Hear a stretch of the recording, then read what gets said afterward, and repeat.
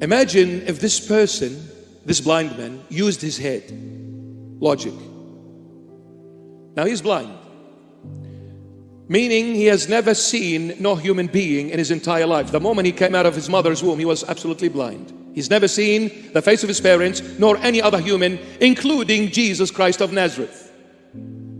He just heard a voice saying to him, he felt somebody putting something on his face. And he heard this voice saying to him, go and wash in that pool of water.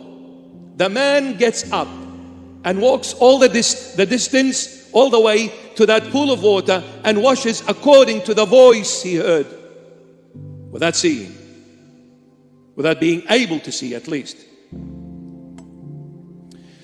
Now, my beloveds, when you read in those 38 verses, you will see the parents pulled out when they were questioned by the Jewish authorities, or the priests and the scribes and the Pharisees. So they pulled out, they said, our son is mature enough. Ask him, he can answer on his behalf. Why are you asking us? So that tells you that their son was an adult. Maybe he was in his 30s. Maybe he was even in his 40s. The Holy Bible doesn't mention the age. But from what the parents said, he was a mature adult young man. 30s, 40s maybe. In other words, since he was blind, he was sitting on the wayside begging.